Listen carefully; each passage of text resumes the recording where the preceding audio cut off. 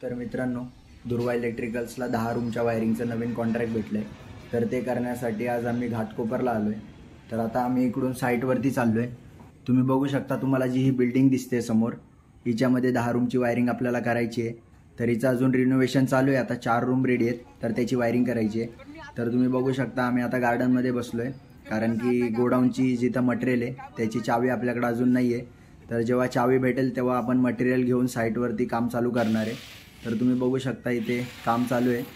2 machine आणल्या होत्या, तर एक मशीन मी वापरतो आहे आणि एक मशीन प्रदीप आणि वैजनाथ वापरत आहे. तर मी माझं काम चालू केलं इथे, ते पण हॉलमध्ये काम करत आहे. तर तुम्हाला इथे दिसत असेल, प्रदीप आणि वैजनाथ दोघं काम करून दमलेत बरेच, त्याच्यामुळे ते जरा रेस्ट करत आहे. तुम्हाला मी तोपर्यंत दाखवतो. इथे बघा, पट्टी वगैरे, बोर्ड वगैरे लावून झाले आपले. आता आपल्याला फक्त पट्टीच मारायची होती आज, कारण की 2-3 रूमची एकत्र पट्टी मारून आणि मग बाकीचं मटेरियल आणून एकत्रच वायरिंग चालू करायची. तर आता मी तुम्हाला दाखवतो इथे पट्टी आपण कशा प्रकारे इथे मारलेली आहे. तर आता तुम्ही बघू शकता, इथे वैजनाथ आणि प्रदीप दोघं मिळून काम करत आहेत, पट्टी मारत आहेत. आणि आता आमचं काम करून झालेलं आहे. आता आम्ही निघणार आहे इथून.